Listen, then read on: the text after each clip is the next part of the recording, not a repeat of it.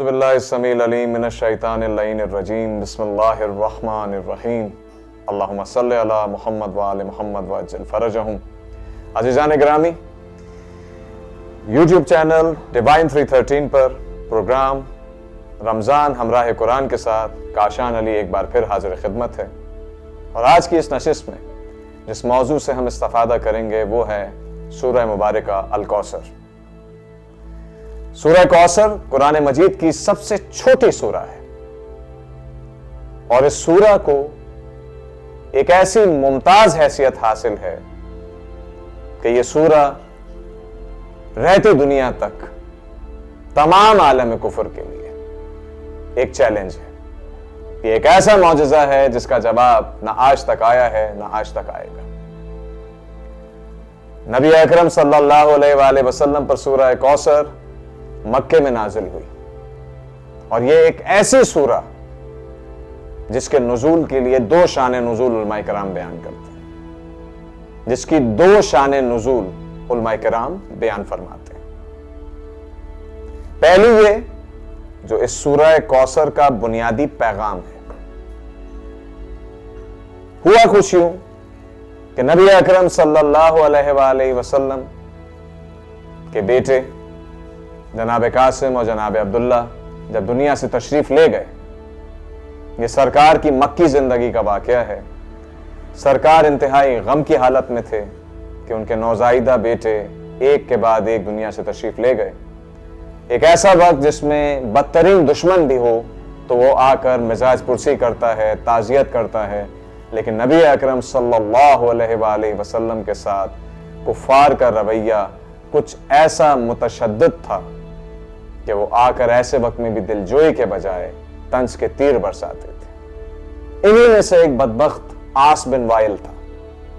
عاص بن while ملعون ایک دن سرکار کے پاس آیا، اور سرکار کے پاس آ کر بجائے ان کے بیٹے کا پرسہ دینے کے سرکار پر طنز کرنے لگا کہ اب تو ہمارے بتوں کو مان لو، دیکھ نہیں رہے کہ کس طرح ہمارے بت تمہارے بیٹوں کو کھائے جا رہے ہیں؟ اگر نعوذ باللہ تمہارے اللہ میں طاقت ہوتی تو کیا تمہارے بیٹوں کو بچا نہ لیتا؟ پھر لوگوں کو متوجہ کر کے سرکار کی طرف کہنے لگا کہ دیکھو اسے، ہمارے بتوں کی دشمنی میں یہ ابتر ہو گیا ہے۔ ابتر ایک ایسے شخص کو کہا جاتا ہے، یہ عربی اصطلاح ہے جس کی نسل مقطوع ہو گئی ہو، جس کی نسل کو کاٹ دیا گیا ہو، جس کی نسل بڑھنے کا امکان نہ ہو۔ سرکار صلی اللہ علیہ وآلہ وسلم کے لبوں پر صرف شکر تھا، یہ طعن و تشنیع برداشت کر کے بھی، لیکن دل میں جو کرب کی لہریں اس بدبخت کی جسارت کے بعد اٹھ رہی تھیں، ان کو کوئی جانے نہ جانے، وہ رب تعالیٰ ضرور جانتا ہے۔ رب تعالیٰ نے اسی وقت جبریل امین علیہ السلام کو بھیجا اس سورہ کوثر کے ساتھ، جس میں فرمایا رب تعالیٰ نے کہ بسم اللہ الرحمن الرحیم انا اعطیناک الکوثر، اے حبیب صلی اللہ علیہ وآلہ وسلم ہم نے آپ کو خیر کثیر عطا کی، فصل لربک وانحر، تو اپنے رب کی عبادت کیجئے اور قربانی دیجئے، ان شانئک ھو الابتر، اور آپ سے جو نفرت کرتا ہے، جو بدبخت گستاخ ہے، ملعون ہے، وہی بے نام و نشان ہو کے رہ جائے گا۔ رب تعالیٰ نے فرمایا قرآن معجزہ ہے اور رہے گا۔ قرآن مجید کا یہ معجزہ اسی وقت ثابت ہو گیا۔ عاص بن وائل کے کہا جاتا ہے، روایت ہے کہ 18 بیٹے تھے، لیکن جب اس کو موت آئی تو اس کے جسم سے ایسی بوئے بد آ رہی تھی، اس کے جسم سے ایسا بدبودار پانی بہ رہا تھا کہ کسی بیٹے نے اسے بڑھ کر دفن کرنا مناسب نہ سمجھا۔ انتہائی بری حالت میں رسیوں سے کھینچ کے اسے دیوار کے پار ڈالا گیا، اس کی قبر تک نہ کھودی گئی، اور اس کے اوپر پتھر پھینک کر اس کو اس کے نیچے دبا دیا گیا، کیونکہ اس کے جسم سے آنے والی بوئے بد سے پورا مکہ پریشان تھا۔ اب نسل کا مقطوع ہونا، کیونکہ رب نے فرمایا کہ میں ابتر کر دوں گا اے حبیب صلی اللہ علیہ وسلم آپ کے دشمن کو، ایسا مقطوع ہوا کہ آج آپ جا کر کہیں بھی پوچھ لیجئے کہ بھائی آپ میں سے کوئی ابو جہل کا یا ابو لہب کا یا عاص بن وائل کی اولاد میں سے ہے، تو کوئی بھی ہاتھ نہ اٹھائے گا۔ لیکن آپ جا کر پوچھئے کہ آپ میں سے کوئی سادات ہیں، آپ میں سے کوئی آل رسول صلی اللہ علیہ وآلہ وسلم ہیں، تو ہر محفل میں کوئی نہ کوئی ہاتھ اٹھ ہی جاتا ہے۔ تو رب تعالیٰ نے خیر کثیر عطا کی جو سادات کی صورت میں آج بھی موجود ہے، اور رب تعالیٰ نے اپنے حبیب صلی اللہ علیہ وآلہ وسلم کے دشمن کو کاٹ کر رکھ دیا۔ اب اس کی دوسری شان نزول کی طرف چلتے ہیں، جو آج تک عالم کفر کے لیے اور رہتی دنیا تک انشاءاللہ چیلنج ہے۔ نبی اکرم صلی اللہ علیہ وآلہ وسلم کا مقاطعہ کیا گیا تھا، جس کو بائیکاٹ کہا جاتا ہے قریش کی جانب سے، اور نبی صلی اللہ علیہ وآلہ وسلم ان دنوں اپنے چچا حضرت ابو طالب کے ساتھ شبہ ابی طالب میں رہا کرتے تھے۔ 3 سال تک اس مقاطعہ کی صورتحال میں نبی اکرم صلی اللہ علیہ وآلہ وسلم نے اپنے چچا ابو طالب اور پورے خاندان کے ساتھ بڑا مشکل وقت گزارا اور بڑے حوصلے سے صورتحال کا مقابلہ کیا۔ بالآخر رب تعالیٰ نے ایک بندوبست فرمایا۔ اس بندوبست کے ساتھ ساتھ جب یہ واپس تشریف لائے سرکار صلی اللہ علیہ وآلہ وسلم، تو سورہ کوثر ایک چیلنج کی صورت میں سامنے آئی۔ وہ چیلنج کیا تھا؟ رب تعالیٰ نے بارہا قرآن میں فرمایا تھا کہ اگر تمہیں لگتا ہے کہ یہ محمد عربی صلی اللہ علیہ وآلہ وسلم کی شاعری ہے اور ہمارا یعنی اللہ کا کلام نہیں ہے، تو ایسا کرو اس جیسی 10 سورہ بنا کے لے آؤ، اس جیسا پورا کلام بنا کر لے آؤ۔